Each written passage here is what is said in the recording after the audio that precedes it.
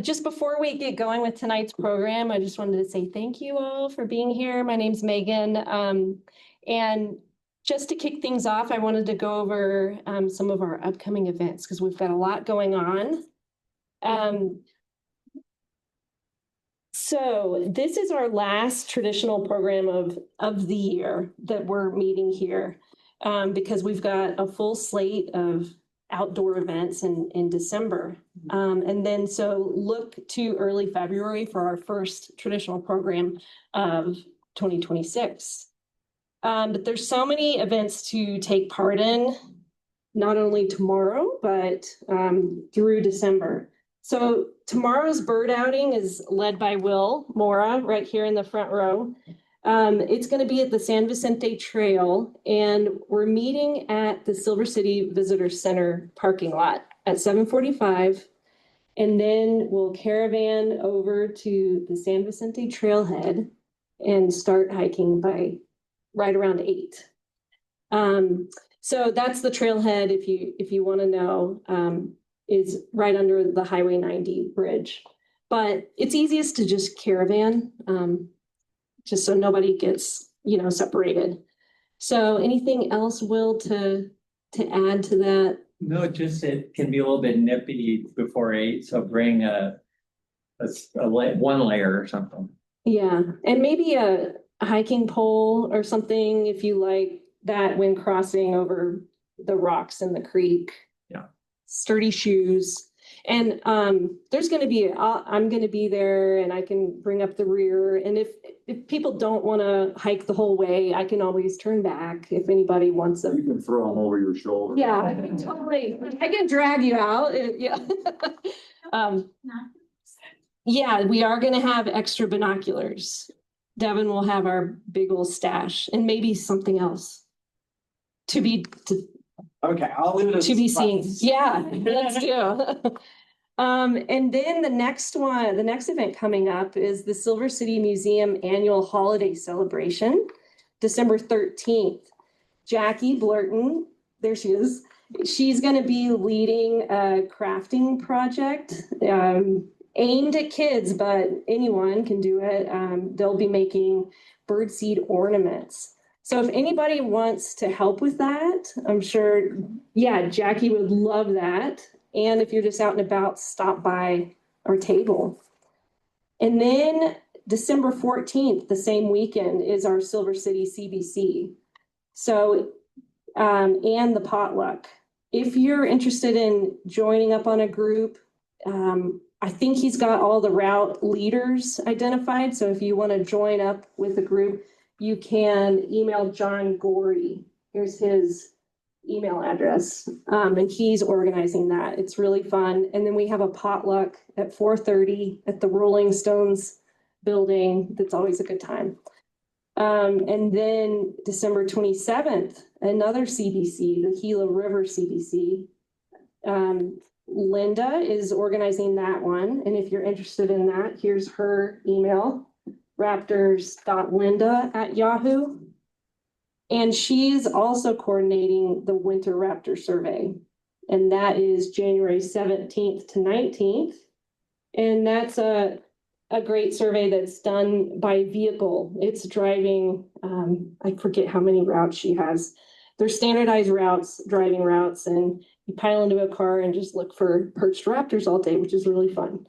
And another learning opportunity. So these are great opportunities to get out and stay involved through the winter and keep birding. So I'm gonna hand it over to you all. We're really happy to have Bill and some of his great students and past students here with us tonight to share a proposal of a long-term bird monitoring project that we all have the opportunity to participate in. So we're going to learn about this. Who should I hand it off? You're not going to have to listen to me a whole lot. You don't want to listen to me. You want to listen to these young people. So I had the good fortune about 5-6 months ago for some interesting circumstances I won't get into. New Mexico Ornithological Society, statewide organization, had their annual meeting here on this campus in this room. And I sat through all their presentations. It was fascinating. And one of the presentations really got my attention. It was a researcher from Sevieta, the research area just north of Socorro, and just really making the case that there's not a lot of people, there's not a lot of long-term data collected in arid lands and just in lands in the United States in general. And it just really got my attention. He put some graphs up there, and after it was all over with, I thought about it, and look where we live.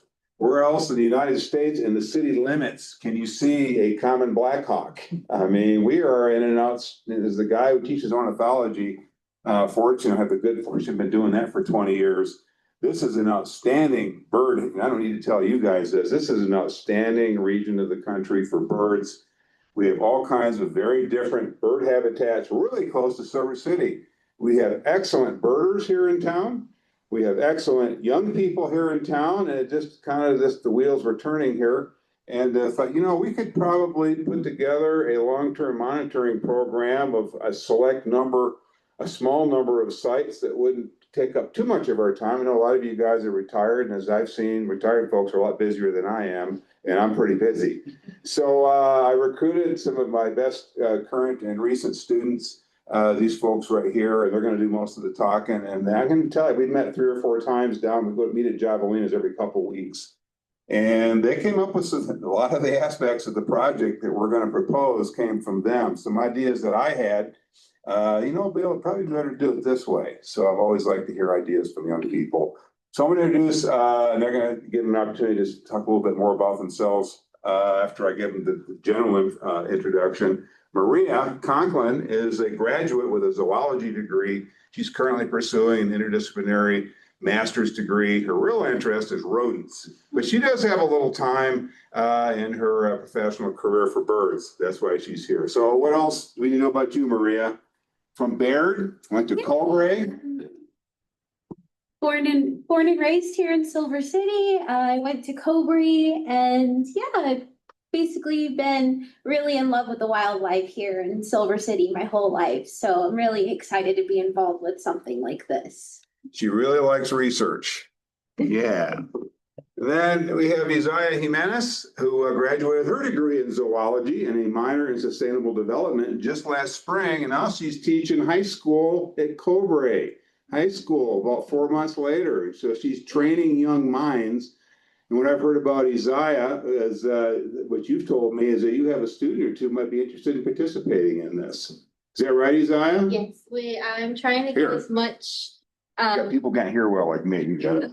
I'm trying to get as much kind of younger. So I teach between mainly 14-year-old students and 16 to 17-year-old students. So I'm trying to bring them in and get them excited about science, research, and conservation kind of in general. So I have about 2 that are interested in this, and I actually have one more that just got really interested in conservation of trees. So I'm trying to get him kind of going on that one. Yeah, as a former high school teacher, which I was a long time ago, and Isaiah invited myself and Devyn and Maria to come to her class a couple months ago and talk about birds. You had their attention far better than I did 40 years ago. So you're making a difference already. And I'm going to save this young man for a little bit later. And then some of you got to meet Madi last spring. She co-presented that great presentation on woodpecker, the 2 of them. She graduated with her degree in zoology last spring, and she is now working up in financial aid and I think plotting her future. And I invited Madi to participate in this project, and she just jumped right on board. So what else do you know about you, Madi? I'm going to step out and turn this on silent.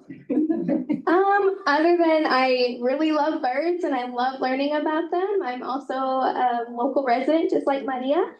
And it's just so exciting to be a part of this and presenting again to you guys. So thank you guys for coming. Okay. Then and last, we have a member of the board, Devyn Scot, who has really gotten really into birds. And I think within 6 months of getting really interested in birds, he was co-leading a hike up at Lake Roberts last year, and is really, I think your work at Bear Mountain Lodge, you're the birder for hire. You're actually making a living at this already. I get the fancier. I get the fancier ramen and the fancier hot dogs. So nothing insanely crazy, but I do lead hikes up at Bear Mountain. we did a summer trip up to Hermosa, which is a ghost town a little bit outside of Truth or Consequences, and got to spend a whole weekend birding and saw 100 pinyon jays and a Montezuma quail. So never gonna get that good luck again. But Bill convinced me to join the Bird Alliance. Going on 0.5 seconds, right? Yeah. Didn't take much convincing. About 2 years ago, and now you guys can't get rid of me. So blame him. But yeah, really great to be here, and I'm really excited to be a part of a project like this. Okay. There we go. And I'm not gonna say a whole lot else because you're gonna be much more interested in here with these 4 fine people have to say. And by the way, some of you know Alicia Homer, she works for GRIP. She can't be here tonight, but she's gonna participate in this project as well. It's the theme of this project that we're proposing. This is gonna be fairly interactive. There's gonna be a couple times we're gonna stop and solicit some input. The theme is, this is a collaborative project where if you are interested in participating in this, even if you don't consider yourself to be Brian Dalton or one of the real experts, I want to raise your ego too much there. Brian's an excellent birder. You don't have to be Brian. You don't have to be Brian Dalton to go out and participate in this project. Okay, you can be a beginning birder. We're going to recommend that you participate in this project in teams. So I'm going to let these 4 tell you more about it. Okay, so we're going to start off. We've got this broken up in 4 components. Take it away, Maddie. There's a clicker up there. Is it this one? Yep. Anybody gets out of hand, just whack. Okay, so I'll go ahead and kick it off. Let's see if I know how to use this thing. I don't think so, Devyn. Oh. It's in a PDF, so you might have to click it. Oh, you might have to go change that. Yeah, it was working a minute ago, I swear. Gotta be something. Every single presentation. Oh, there you go. Okay, so I'm just gonna go over an introduction and some of the goals that we're hoping to get from this project. So as a student, I know that I ran into a couple of problems of trying to find information on any birds I was interested in, and even my senior project was on woodpeckers, and it was very hard just to find bare minimum studies. So we noticed that there is a shortfall in tracking data for available birds in North America and conservations. This study shows that we can see a limited knowledge of species movements that have been termed as movement shortfalls. So there is definitely an understudy of just monitoring birds and just to see how they're doing. You might ask why someone would like to study this for long terms. Well, 1/3 of bird species are moderate to high conservation concerns, especially those in arid land birds and grassland birds. Why is this important? We get to see climate change if it has an effect, habitat loss. One of the most important ones, I think, is competition. A lot of times that if climate change has an effect on a species that can now move into another habitat, it can cause a lot of competition for others. This also shows just like the long-term trends. You can see that it's, as Bill said, a 60-year project from 1966 to 2000. 60 years. 60 years, there we go. And then I must ask that you do the impressions you did earlier. All right, I'll do one. Now I come from the east. This is a blue-wing warbler, and it goes bzz, bzz. And I gotta do one more. Prairie warbler. Bzz, bzz, bzz, bzz, bzz. That's it. If you ever get out east, you want to go look for a little bird. Ready to go. And so some of the local long-term trends that you might have been a part of or even just heard of that Megan just recently mentioned is Silver City Christmas bird count, the Winter Raptor Survey, Gila River Christmas bird count, and the Great Backyard bird count. And then even the Big Sit. We're going to be trying to introduce technology into our studies using such a thing called eBird, where it helps track birds and also miles. So it just helps a little bit instead of having to almost scramble writing things down. And then that is our proposal of the long-term monitoring of significant local bird conservation areas. And then our goals for this is to identify 5 to 6 local significant bird conservation areas, establish a bird census protocol, train participants in established bird census protocol. And then we'd like to conduct it at least 1 to 2 monthly bird census in each area, analyze data for annual and seasonal population trends, and opportunities to educate citizens about bird conservation. And then I'll pass it on to Lydia. Oh, yes. And it's just this button here? Yes, yeah. Okay. Okay, so we as a group, we came up with some ideas from about 5 to 6 sites that we think would be a good fit for this project. Each of which have a variation in their habitat types and the types of bird sightings and variations that you'll see throughout the year. Oh, there we go. So one of those are the San Vicente Creek, which is a riparian forest habitat. It's right centralized in Silver City, so we like that it is easily accessible to most people. And it's also a straightforward walk, nothing too long or too tedious. And as a riparian forest, it has many cottonwood canopies and open slopes that create houses and habitats that are attracting a wide variety of birds, such as the Cooper's hawk, a Bewick's wren, and during the summer, you see something like a black hawk or the tanager. And during the winter, you might see the yellow-rumped warbler, the chipping sparrow, and the ruby-crowned kinglet. I might interject for 10 seconds. You want to listen to her, not me, but I just want to, the Bird Alliance, I'll talk nice and loud. You guys put this together. You all are aware this is a Bird Alliance website right here. This is outstanding. I spent some time with this the other night, so that's kudos to the organization. So hope forgive me for borrowing and ripping off. Yeah, so this comes from this group. So I was so impressed with this resource online. Oh, I went over my time. Thank you for that. This is very lovely and organized. Okay, and our next site that we had in mind was Boston Hill, similarly to San Vicente. It's very relatively centralized in town, albeit a little bit more of a tedious hike. However, there are lots of areas to sit down in a nice shaded area on a bench to conduct your survey. This area is a historic mining site, so there's a lot of canyons and grassland birds that are going to be inhabiting the mesa areas and canyons. There's also a lot of areas to access Boston Hill trails, one of which is Cheyenne Street, but there's also various others as well that could be easier accessible for someone who can't access one over the other.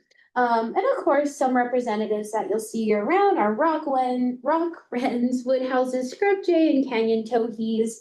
Some summer representatives are the curve-billed thrasher, Rufus crowned sparrow, and then winter you'll see some red-tailed hawks and Bewick's wrens out there. Another one we had in mind is Bear Mountain Lodge, which is the woodland habitat, and Devyn, of course, can tell you a lot about that since he leads a lot of birding events out there. And another idea we had was Little Walnut Picnic Area, which is a Ponderosa pine forest habitat. It's an area within the Gila National Forest, and it offers a great birding diversity of pinon jay and juniper jay. And it's also very easy drive. It's closer to Silver, so it's also easily accessible for others. And some representatives year round are the Pygmy Nuthatch, Mexican jay. Some summer representatives are the hepatic tanager and zone-tailed hawk, and then some winter representatives will be Seller's jay, and then the bridal titmouse. And of course, one that's also commonly known is the dragonfly trailheads, which are desert grassland habitats. Which again, this is a flat trailed area, which is a very easy, relaxed hike for anyone needing to have a more easier accessibility to these trails and this experience of birding. And with it being a grassland environment, you're gonna see during year round, you're gonna see red-tailed hawks, woodhouse's scrub jay during the summer, some western kingbirds, Cassin's kingbirds, and during the winter, you'll see something like the western meadowlark, northern flicker, and the mountain bluebird. And these are some other ideas we had as well. We chose to present the ones that we did because those ones seemed a lot more localized around silver. But we are being open-minded and wanting to know what you guys think about this as well. And some other ideas we had is when we have each of you go out to these sites, we're thinking of having you guys in teams. And when you get together to these sites, we're thinking of having 2 separate locations within the sites where multiple people are conducting a survey within the same area.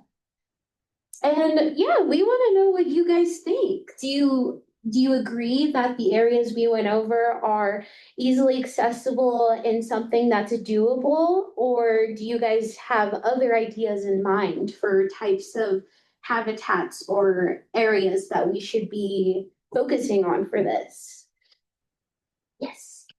There are a good selection of different habitats. The one thing that they are missing is open water, which I know is at a premium in Grant County. We have basically 3 locations. But I think it would be worth trying to include either Bill Evans or Lake Rock. Golf course. Golf course, there are issues in doing that. We don't, the habitat changes much more there because they drain ponds, they keep cutting trees. There's about half as many trees as there were when I started working it 6 years, 7 years ago. And access can be an issue. We cannot afford to be disturbing golfers because they pay and we don't. Yeah. So I'm not sure. I do accept the others. I mean, it's 45 minutes to Bill Evans Lake, and it's basically on Roberts, so they are not as readily accessible. Yes, for duck, the only place in town is probably golf course. Yeah. We got some good advice from the board. Of course, the problem we have, it's a good problem to have. There are so many potentials. I mean, Yes. back up one there, Maria. Yeah. You need to make sure that, there's a range of different habitats. So most of the local habitats are being included. So yes, the grassland, the riparian, the ponderosa, oak pinion juniper scrub, and that's a good selection that you've got for those. It's just the water birds really that are kind of missing. Yeah. So I don't know what the best way of doing it. Yeah, we were advised we're pilot study. We're just going to start in January. We were advised by the board pretty clearly and firmly, start with a small number of sites, and thinking about it, that's a good idea. So we can get everybody's comfortable with the protocol. So maybe for the first year, only start with 3 or 4 sites and see how it goes. Yeah. And then look at expanding. If we've got enough people and enough time, look to expand from that. What do you think about these sites? It sounds easy and repeatable, easy to do, easy to repeat. And his eyes going to go over the protocol, but 6 sites, is that too much? Maybe a max? Certainly a maximum. Jackie? I think 6 sites is a good representation, but like Brian said, we really need a lake too. And Lake Roberts has the greatest variety of species and birds. But it is a drive, so that's a commitment. The problem is what site to cut out, because some of those are the most at risk, like the grassland, the like dragonfly. That's where the birds we're seeing the declines, but in the pinion juniper. So it's like, who goes if I'm not sure which one to cut out. If we water. To some extent, dragonfly is covered either by Boston Hill habitat or by Bear Mountain. Yeah, that's true. Boston Hill and Bear Mountain has open grassland plus. That's a good point. So overlap. I shouldn't be arguing against it because it's where I do my bird camping, but it's a lot. It is declining. There is no doubt about it. Although it varies, if we have a nice, wet winter, it pulls in a lot more birds. We haven't had that for a while. I think that's another one of the benefits of having two locations per sites. Because another great thing about a lot of the birding places in Grant County, like think Dead Man's Canyon, we've got two completely different habitats on either side. Like Bear Mountain has both grassland and also juniper woodland. So that is something to take into I mean, consideration. we haven't discussed the protocol yet, so I'm not clear on what sort of size areas we're talking about as being the actual sites. Because, I mean, for the most part, when we bird San Vicente Creek, we walk 1.5 miles down and back or whatever. When we do Dragonfly Loop Trail, it's a 3-mile loop or longer. It's longer on the Christmas bird count. We'll give it up to his eye. There's your lead in. Okay, so kind of how you guys were mentioning within the distance, we decided to do a point count. We toyed around with transect, but That's what I was We- pushing and you guys knocked me out of it. I was outnumbered. we chose the point count mainly because we did say we wanted this to be accessible to everybody. So the point count kind of just meant we could keep it roadside. Also, without, if we have somebody that maybe can't hike a trail in or can't hike or aren't comfortable necessarily hiking in and hiking out, or a little kind of scared with getting into the forest and walking in, we decided a point count would give that option to people to be able to do this and not be discouraged from it. Could you define what you mean by point count? Oh, yeah. So a point count, what we're meaning is instead of walking in, so it's like a normal hike in which I've typically done when I go out with Madi and Devyn, a point count would be where you just kind of stand in one location. You're not really moving, you're not moving around, and you're just kind of observing what's around you, hearing what's around you, seeing what's around you. So if I was here and then I could hear birds here, here, here, and here behind me, but I never moved my location once. So that's kind of why we chose, because somebody could go park a car and maybe roll down all the windows, and kind of try and get that information from there instead of getting out. And we are going into the winter months and it is really cold for some people. So a point count kind of just gave it more access. So we decided for mornings would be sun up to 10 a.m. mainly because of the songbirds. Those are their active hours. However, again, they were going to stand in place for 1 minute. That's where that point count is, or not 1 minute, 15 minutes, my bad. You would stand there for 15 minutes. You would observe, you would listen, kind of just get to be with nature a little bit, get to be with the birds. And then you would record all bird observations. So you would record anything you're seeing, anything you're hearing, or any flyover you're seeing in your point count. The point count also, I did need to mention this, that we're not making it a certain distance because like we said, we're trying to get people more interested in birds and conservation of birds. So if we put a distance at it, we're kind of scared that would discourage some people of being like, oh, I need to go this many meters out, or I can't count this bird because it's this many meters out. So we're kind of just hoping we just want people to get out there and just kind of find a love in birds.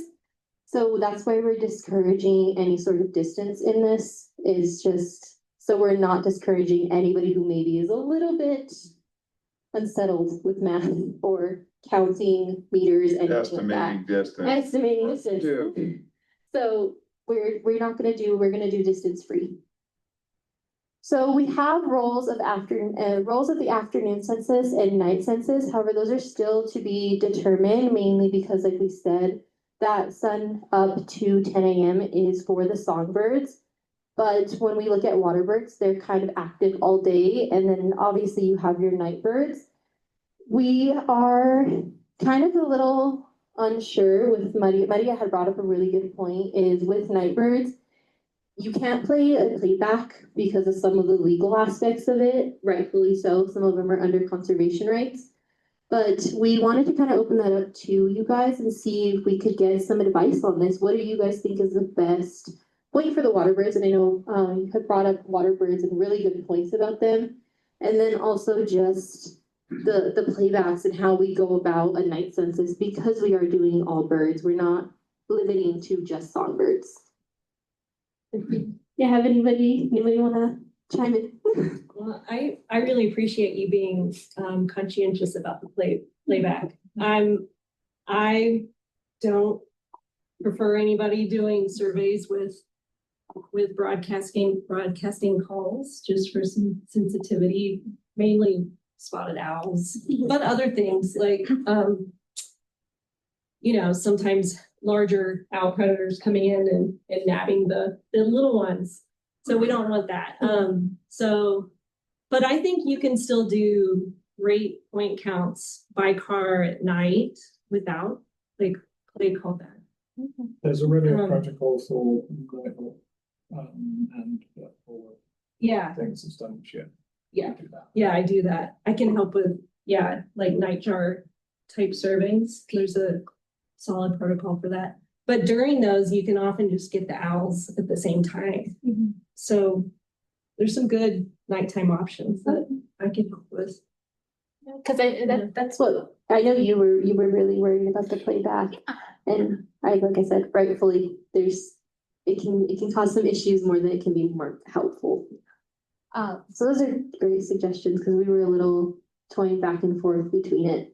To be determined. To be determined on a later date. Yeah. Again, so the distance and time intervals, we're not counting those, because again, we are keeping it on the side of, we just want people to get out there and kind of be interested in this, be interested in a cause of keeping bird conservation, rather than getting discouraged by any sort of, oh, I gotta keep a timer, I gotta time this, I gotta make sure I'm taking data at the right times, and it's in my distance. So again, we're keeping it distance free, and we're keeping it time intervals free.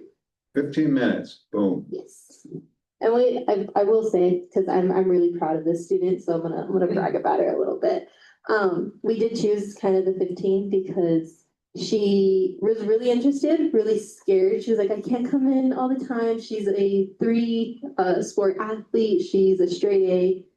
I think she just got nominated into being her class vice president. So I didn't want to discourage her by tacking on something else. So we kind of asked, like, hey, could we keep it short, that we can get people to come out and give 15 minutes rather than saying 4 hours of your time. This is going to be 15 minutes of your time. And it's something maybe you can do if you're just driving the road. You can pull over really quickly if you're at the site and give the 15 minutes, get a little bit of a count in. So that's also, I just like to talk about her because I love her. So the sample data sheet in which we chose, again, we're ignoring anything with the distance on it. This was just kind of to help us with direction, which is the north, south, east, and west directions, and telling us kind of where you're hearing that bird. Are you hearing it in the north? Are you hearing it in the south? Are you hearing it in southeast? Wherever kind of you're getting that direction of the sound, you're seeing the bird, or if you're getting a flyover.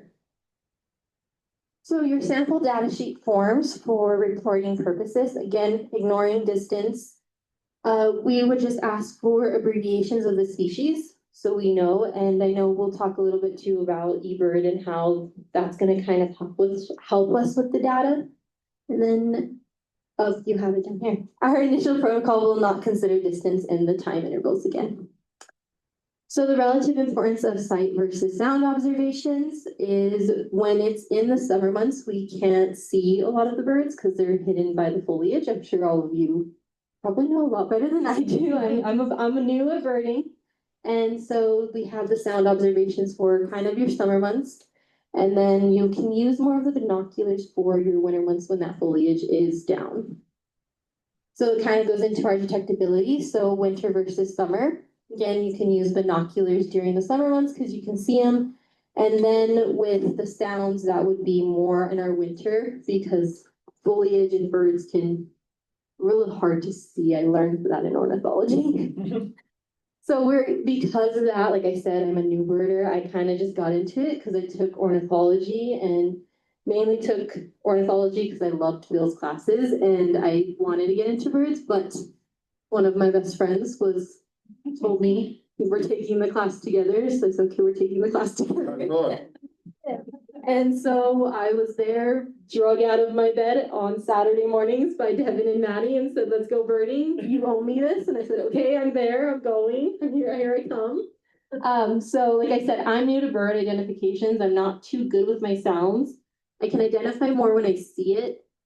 So we're planning on having at least 2 people there. So always having a pair, amateur, me, and then more of your experienced with, so that way I can help with, I can say, as I've told Devyn, hey Devyn, I like that one, it's colorful, what is it? And it kind of helps me out there. So that's why we kind of want the 2 people there. And then technology, just to Devyn. Thank you. Of course. Great, my captive audience. I can try on all the bad jokes now. So if you are so inclined to collect data via a good old fashioned pen and paper acoustic mode, feel free to do it. And also as a side note, we have created an email for this project, silvercitybirdcensus@gmail.com. So if you're out, you're collecting data via pen and paper, feel free to type it up and send it to us, take pictures, send it to us, just make sure it's legible. But as a lot of us know, eBird can be a fantastic tool for, just plain outgoing birding or bird censusing. So here's some screenshots I took off of my eBird. It is a fantastic tool if you've never used it. It can seem a little intimidating at first. I think I probably didn't use it for like the first 6 months or so that I was birding. So I'm like, oh, that's terrifying. I don't even want to touch it. But it is great. So you can see here's a screenshot I took of the Silver Creek Botanical Gardens, the trip I took a little bit ago. So you can see all the crazy places I was walking around trying to find those dang sparrows. And it also has a built-in timer, which helps with protocol. So you know exactly how long you're going for. So let's say you're going out, I'm going out to Bear Mountain Lodge. I will have my timer for 15 minutes that I can see in eBird. I will stop that list. And if I want to bird some more, I'm going to start a new list just to make it clear what is on my bird survey. You can see exactly what birds you have seen at the end of it. And then also these little asterisks are non-native species, in case you didn't know. In the app itself, I go off of my phone. You can see I created a hotspot for WNMU campus. And one thing I like about eBird versus writing things down, it is really quick to type in banding codes. LOSH, RWBL, whatever you need. So it makes it really quick. And that way, when you're hearing a bunch of birds in quick succession, you can just bang, bang, bang, type it all out. You can also, something that's really important to this project, utilizing the comment function. So we want to make sure that, as we said in the protocol, we're marking down what we're seeing versus hearing versus both. So in the comment section, you can just put, out of 6 Gambel's quail, saw and heard 4, only heard 2 of them. And that way, whenever you're sending the data to us via email, that way we know when we're putting into our data exactly what was being heard versus being seen. Yes. You said send by email. Would it be possible to share the lists to an ID that you could set up? Automatically, directly get the list straight into, the ID that you set up on eBird for all protocol viewings. I told you it was a good idea. So yes, we can definitely set up an eBird account via the email, and that way you can add us on there and just go Silver City Bird Count share. If anyone has done the Big Sit before, something similar happens with the New Haven Bird Club where it just automatically gets shared with that bird club. So that goes for their data. That way they can tell who is in the lead in the competition. So thank you, Brian. Maybe this is too early, but would you also be requesting a paper data sheet for the other purposes, or would it just be eBird? I think what we had talked about was personal preference. So as long as you're taking good enough notes on eBird, it's making, you're making it clear, exactly what you're hearing versus seeing. I think that would work, but feel free to chime in on that. Think about that. Okay, Bill's gonna think about it. Because you guys are gonna, I'm not a Luddite, but I don't have the technology skills with this stuff, despite Heidi, that great workshop you taught a year or 2 ago. You guys are gonna get me up to speed on this stuff. I'm kind of about right down here. So a lot of this, Back to you. yeah, and a lot of this project is still kind of under deliberation. This is why we're having the meeting for really great points like that. So we can discuss it and figure out what might work best for the community at large as well, and not just for us. And figuring out what works best for data and also for the people doing the surveying. Oh, you had a question? Oh yeah. Just a questions, because on the data sheet, you have to tell the directions, have to mark the directions of the birds where you hear. That's as an aid. Isn't it? So, but for the eBird, so that is. That not doesn't go on your data necessary. sheet, Okay. and that summary sheet, Wenchi. That's just, as you know, you're out there in the middle of the Gila bird area in the middle of June. It can be overwhelming, you know, you got birds calling, and just to kind of keep track of, man, where did I hear that summer tanager, and where it was.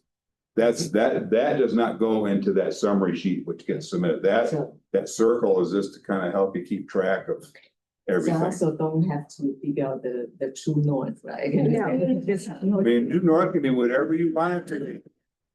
Okay. I know north is that way, but it is. I've been running this building for 25 years. I'm standing here. If I want this to be north, it can be north. You know? Just one, sure. So another great thing is Merlin. It does have its downfalls, which I will talk about in a minute. But really great, especially if you're starting out trying to figure out what the heck is out there, what's out here during the season. So both eBird and Merlin have these awesome bar charts, which aren't 100% foolproof. I know we had the Quetzal a couple years ago, and it still shows up like, oh, there's a chance it might be in November. I'm like, I don't know about that one. But you know, it also will show you what is rare, what's common. I like it for my personal reasons because it's got a little check over whatever I've seen. So still evading me. If anyone sees Lewis's woodpecker, let me know. I will be there. Expecting this winter yet. Not yet.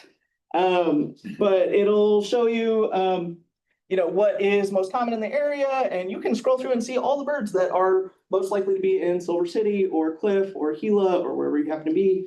I think Lake Roberts still falls under Silver City, but general great starting off point, and you're able to listen to sounds in there, see different pictures, and also do their yes. I just say just one point on those bar charts. Yeah. Those bar charts are created simply by all the data that everybody at that location has put into eBird. So they're very accurate in places where a lot of people bird all the time. They can be very inaccurate in places where hardly anybody ever goes birding. I noticed, so yeah, I was in Japan recently, and a lot of Japanese people do not use eBird. There are birds out there who do, there's a lot who don't. So you will find you'll go to a hotspot and you'll look at the bar charts, and there's just like a few little blobs, like this is seen in March and October. And you go like, okay, is it migrant? No, it's a resident, but the only people who ever birded there, one recorded in March and one recorded in October, and that's it. It's got no other data to work from. So don't be fooled. So there are times and places that you'll go, and Grant County is still an underbirded area. It's more birded than it used to be, but there are still places you can go in Grant County, and stuff will show as rare or unrecorded. Those are red circles. That means it's unrecorded at this location. All that means is nobody birded there at this particular time. Not that the bird isn't necessarily expected. So don't think, you know, oh, a red circle means I won't find that bird. Yeah. And I really trust Brian's opinion on this. He is our local Grand Poobah of eBird. So a local reviewer. 318. Woo! And I have noticed that as well because I started the hotspot for the university campus just over this last summer. And I checked it the other day to see what was most likely, and it said one great horned owl because I saw it like 2 weeks ago. So I'm like, I think there's more birds than that, but it doesn't know that. So that's another great reason. Until it's got the data, it doesn't do any extrapolation. It doesn't do any guesses. It's purely based on what data has been put into it so far. And that's why we're going to get the heck out there. Put more data in. So, yeah, great point. Thank you. And it is fantastic. You can also, like this one is for San Vicente. So a lot of, you can check and see. Also, if you're just going birding recreationally and you want to just see what's out there, really great tool. I pull it up on my cell phone and check. It is not perfect. This is what it was telling me I was hearing up at Lake Roberts a couple weeks ago. One of these things is less likely than the other. I did not see any monk parakeets. I'd be very surprised if you actually had a red pheasant up there as well. Yeah. So take it with a grain of salt. There was also one time I was out at Iron Bridge and there was a hound dog braying. It's like, oh my God, apparently I just heard like 6 different owls. This is great. And I know you had a run-in where it told you a coyote was a loon. Yeah. So take it with a grain of salt. I think it is a really great jumping off point, especially as someone who's starting to learn songs. Bridal titmouse gets me every single time. I always forget the sound until I look at my Ubers going, I think I hear a bridal titmouse. Right, yep, duh, okay, thank you. Another problem that can pop up, it's great for recreational use, but not for our purposes. Having this X here means that you just marked it as present, it's there. This is great for, for your own personal uses. Unfortunately, this tells us nothing about the data, just that it was there at some point. Did we have one Anna's hummingbird or 50? If we had 50, I'd be surprised, but we would like some more information. So if you are recording on eBird, we want to make sure we're getting as accurate counts as possible.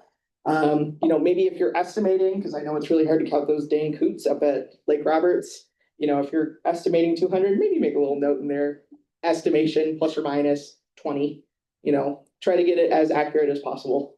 Yeah. So with a 15-minute period standing at one spot, what is your recommendation in terms of, birds are coming and going? Do you use the highest count that you have seen at any given time? Like I saw 6 birds at once, so I know there's at least 6. Or do you count and wait for a little while and then go well, there's 6 more birds. Are they different? What's the recommendation? And Bill, feel free to jump in on this. I've got a lot of point counts. I take the conservative approach. I'm not sure. That could be the same 6. I'm not putting them down. Yeah, okay. That's what I do at feeder counts and so forth at home.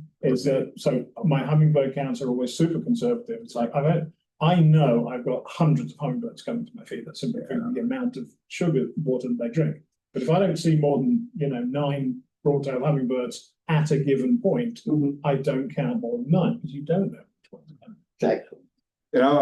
This point count census protocol is a very, very standard bird census method. U.S. Fish and Wildlife Service, Game and Fish. Transect method is another one, but for reasons that these guys suggest, we want this to be accessible to everybody. And so this is not something we just pull out of the air. Yeah, let's all stand in one place or write everything. Now we see in 15 minutes. This has been established for 30 plus years. Yeah, and I tend to follow that, and just however many I know without without a shadow of a doubt that is there. And that also goes for identification as well. Those dang sparrows evade me. I'm still working on it, you guys. Do not ask me a sparrow question, I will cry. Don't even bother. Karen Beckenbach to go along with you. You'll straighten you out. Yeah. So I tend to err on the more conservative approach. I know we went out one time and you had messaged me the day later of I think that's actually a different sparrow. I'm I trust you on that because I don't know. So, especially with this, whether it's eBird or paper, just try to identify to the best of your abilities. Try not to go too crazy with it. I know I definitely got a little overexcited when I got into birding of oh my gosh, I know for sure I'm going to see a yellow-eyed junco out here, and I'm going to talk myself into saying that every single dark-eyed junco was yellow-eyed junco, even though I didn't see a yellow eye. So trying to just make sure we're being reasonable about identifications. And also, if you have any questions, feel free to write down a really detailed description of the bird. Best is try to take a picture, get an audio recording, and feel free to email it to us. And we will, figure it out or consult one of the great experts. So we just want to make sure we're being as accurate as possible because, bird species are on the decline. So especially if there's something more rare, we want to make sure we're not reporting it when it actually isn't there. If it's not there, we want to know. There is no shame in saying, I don't know whatsoever. That goes in my main realm, botany as well. You don't know, it's better to do that than try to put it down as I know what this is when you go. I had a list from June that I did not submit until the end of October because Merlin had identified something, and I don't trust Merlin all the time because we know it lies, it makes mistakes, it makes guesses. But it had identified a bird 5 times in a row with the same call that I'd heard, and I was like, I've never heard that call before. So I'm like, okay, I'm tending to trust Merlin on that. It was consistent, but I don't know the bird. Nobody locally knows the bird call. I waited until I'd had the chance to play that Merlin recording to somebody who could confirm what that bird was. Then I put the list in. And now, of course, it's sitting unconfirmed on the review queue. The top 25 things to review in Grant County, 21 of them are mine. I can't review them. Data collected on common birds, we have lots of house finches around. Those data are important just as well. It's always fun to go out and see the monk parakeet that you. But the data basically allowing us to kind of assess long-term trends and even the common birds. That is valuable data. Yeah. The house finch. Yeah, whether it's a house finch or one of the sparrows or American robins or mallards or whatever. That's right.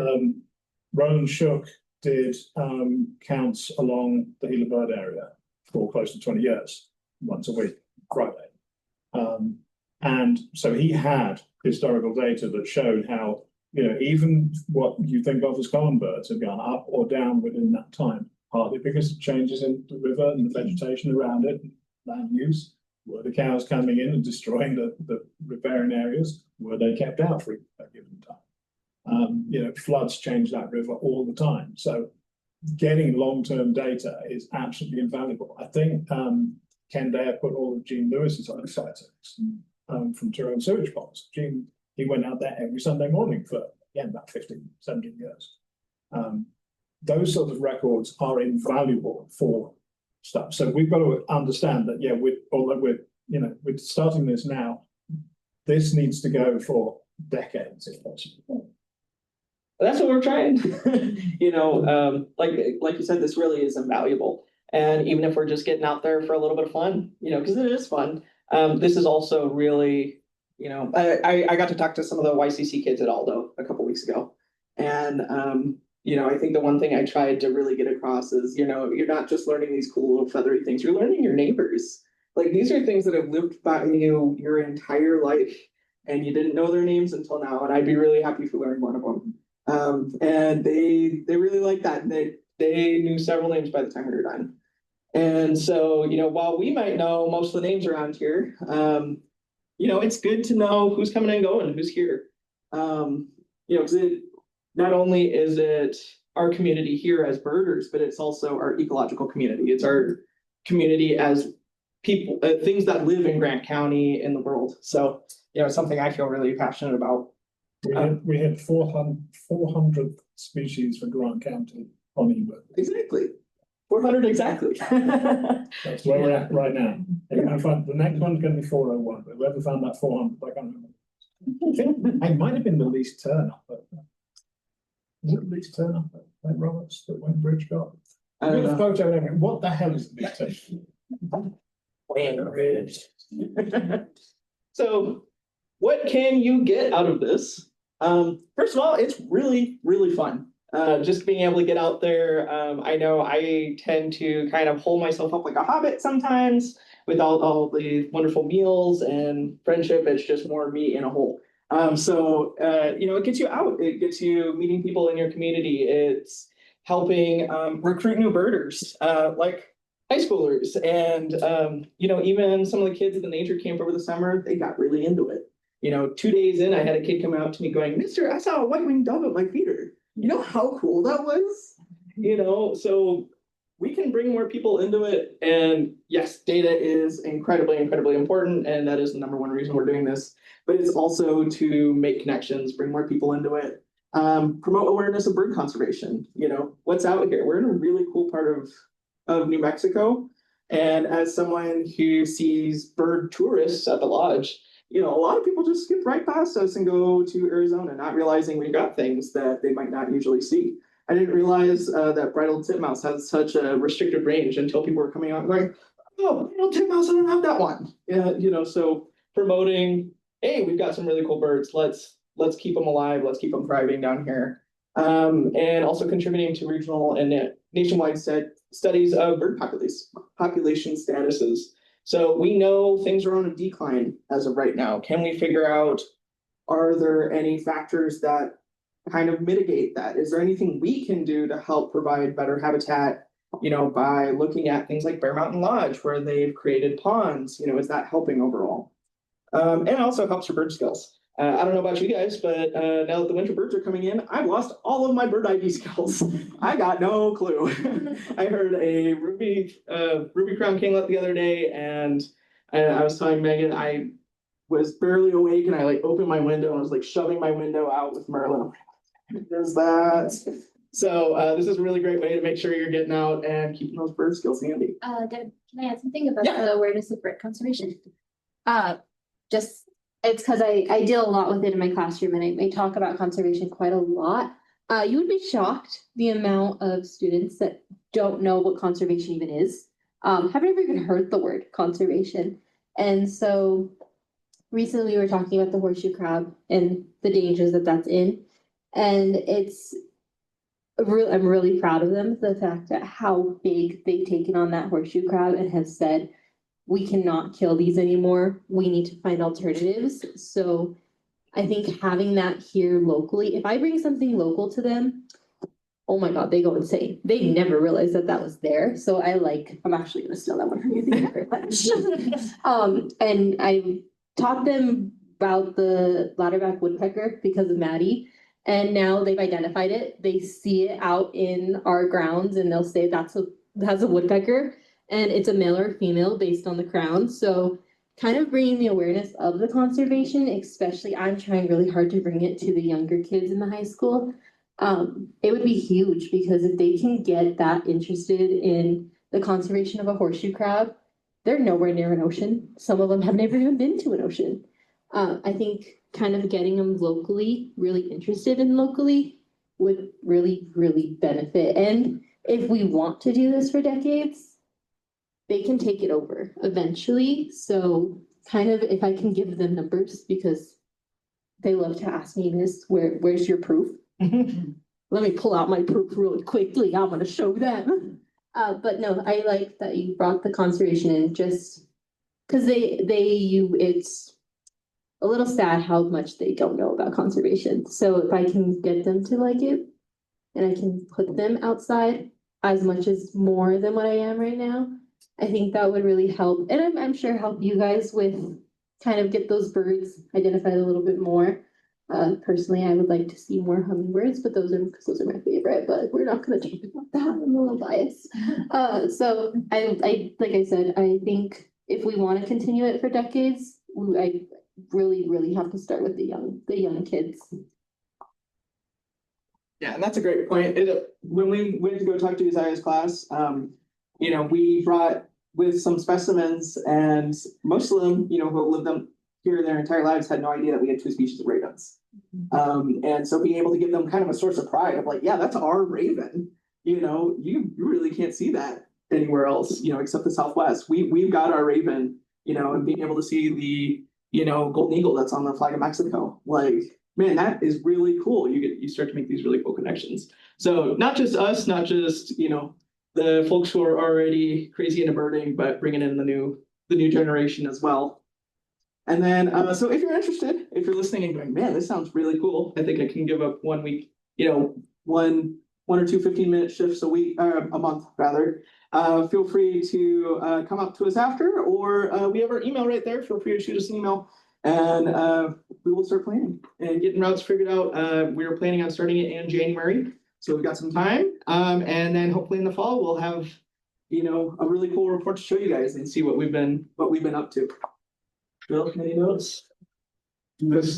All of you, any of you who are interested in this, regardless of your age, your birding level, there's room for you in this project. Okay, that's why we emphasize, we really want to encourage probably no more than 3 people doing this at a time, but small groups of people so we can basically share each other's knowledge and detection skills. And this organization has lots of really good programs. The bird counts, which happen in the winter, the big sit, all these edges looking at pictures of Jackie doing that owl education program.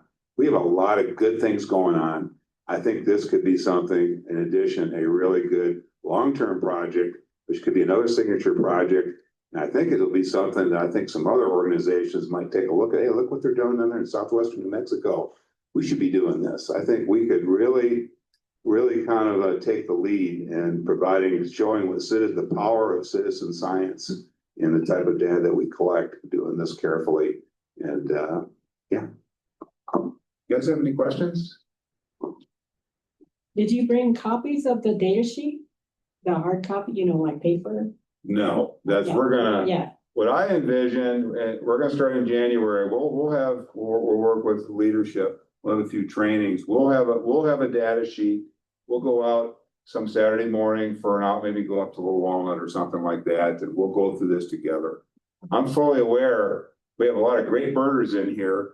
We have a lot of folks who are really interested in birds recreationally. Not everybody has the experience of actually collecting data in a systematic way. We're gonna give you that training.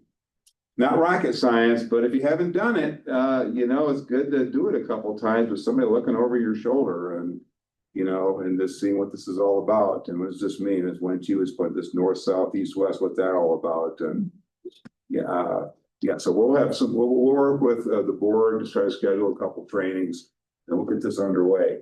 As Devyn said, the commitment here, I think we can collect a lot of really valuable data with not a lot of a time commitment. 15 minutes, maybe an hour, getting to the site and back once a month. Not too bad. Can we carve that out? Maybe. I think we can. Any other, Jim? Yeah, I got a couple questions. Since you're going out with teams, you're staying in, I'm a little confused because you showed an example of, it looked like you went on a bike or something. So that's not staying in this one place. No, that was just to show what the eBird interface looks like. There's actually a thing on eBird that says stationary, hey, I didn't move. And so that was just to show you what eBird looks like for this actual survey. You will be staying in one place. Okay, so you stay in one place. Yeah. And the other question I had is, you're going out with 2 or 3 people. Are they all sitting in the same place or what? Pretty close. Same, I mean, They're all recording in you guys don't have to be holding hands or anything, but You feel this stuff. Yeah. You have one person recording amongst that team? Is that- Yeah. And is that how it works? Yeah. and having So you only one of them record? yeah, we only need one data sheet from that event, if I'm correct here. Oh, yeah, you don't want, One that's it. person might see or hear something that somebody else doesn't. If you've got 2 or 3 people, you can be looking in multiple directions at once. I'm always hearing birds behind me by the time I look around, they've gone. So Okay, so with if- more people, you're gonna have a better chance of getting the birds that are in that area. But you record it all as one set of data. But all 3 are looking. Yes. Yeah. Got it. And it also helps out if someone wants to go on vacation, has, some sort of commitment where they can't make it that month. You still have a couple people that are familiar with the site that are able to go out. So it's a little bit of insurance as well.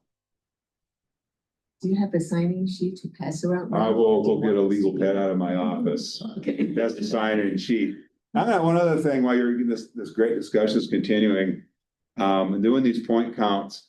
It's a good idea whether you're by yourself or hopefully with somebody else. Rather than just going there and just starting a meeting, give it 2 or 3 minutes so the birds get used to your presence. Because they're going to see you walking in there. That might startle some birds, but that's kind of a standard protocol. At least a minute. Just kind of wait there quietly, and then you can set your timer for 15 minutes and don't. I got to start right now. Feel free to bring a little camp chair and sit there. Yeah. We'll get that. Like a great mental health exercise. Yes. Right? Sitting bird, and I don't know if you guys have ever done this, but I love going up to Little Cherry Creek and sitting on one of those rocks for like an hour. You would be surprised with how many warblers get so close. Just sit, enjoy the air, enjoy being out, enjoy that we've got this wonderful national forest right behind us. So, mental health and also for the birds. Yeah. Mental health for the birds. Any other questions? So are you guys gonna include Lake Roberts as an additional area? Because that sounded like a good idea. Yeah, if we have enough interest and people who are willing to make that commitment, like, yep, for sure, I can do that once a month and go up there, then, I feel like that's a pretty plausible thing because there are a lot of really cool birds up there and terns and, I had a friend who came up, Ben Rowe, who's a fantastic photographer, and he goes, "Hey, Devyn, what is this?" "Oh, ibis." I'm like, "Are you kidding me?" ridiculous. You should not be seeing those. I should be seeing those. So, yeah, really cool birds up there. And if we can, it is, a lot of this is just powered by what we as manpower can do. If we only have a couple people and it's only like, I'm busy, as college students and high school teachers, we get a little busy. So it's dependent on what the collective is able to do. If we've got time and effort to make it out to Lake Roberts, then yeah. Hey, somebody said something on the chat. Yeah, that's well, they might have a question. Chat, okay. Hey, Cara, thank you. She says great presentation. I hope to help. So, thanks, Cara. Any other questions? Also, what about the commitment do we need? Are people like adopting a route, or can you just pop in here and there? How's that? I guess we could let people adopt a route. Yeah, we've talked about that. Yeah, I mean. I'll write down. It shouldn't be exclusive. We don't want to stop anybody else from burning. No, for sure not. We might have people who do it regularly and others who do it occasionally. Yeah. Also, more data is better. If you're able, 1 month only go out the one time and, just do the minimum requirement, cool, we appreciate it. And, if 1 month you've got nothing else to do and you want to go out there 13 times, cool, thank you, So, more birding the better. But even if somebody wants to just say, I'll be available the next 2 months. Yeah. That's okay too. Yeah, and so we could get you matched with, someone who is doing it regularly, hey, can I join your route for, a couple times just to see it? It's also, if you're not sure, you've never done this before, that's one of the benefits of this, hey, let me just try it out, sample, see what it's like. And if you go, yep, not for me, then that's okay. I won't track you down, it's fine. But it's a great way to just see what it's like. And also for high school, college students, it's really great field work and stuff to put on a resume. So, and also if you just want experience in field work. So, yeah, another question. How often do you want people to go to the points? So once a month, hopefully 2 points at each site, and on the same day, each for 15 minutes. The challenging part, one of the benefits of a project like this, look at all the projects we have going. We have a lot of stuff going on in December, January. We got the big sit, which fortunately that got rained out, was it? Yeah. Yeah, but we have had successfully last year. The tough months are going to be, I think, probably June, July, because songbirds are quiet. You still have to go out in those months when most people, it's hot around here. It's not the time when a lot of people like to go out birding, but I think we have to say once a month, including July, August. Maybe we're not going to detect a whole lot of birds, but those data are valuable. Does that make sense? Yeah. So anyway, we have a data sheet going around, I guess. Okay. Any other comments? Questions? Well, we're so excited to see you guys. guys. Thank you. Yeah.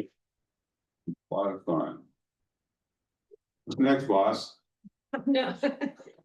Well, I just wanted to say we appreciate your interest so much too, and you all bringing your perspective and your backgrounds, like being a high school teacher. That's such a fun that we've never had a part of our group, really. So we would love to make this happen and help you all. Try to make it a credit. Help us. Help each other.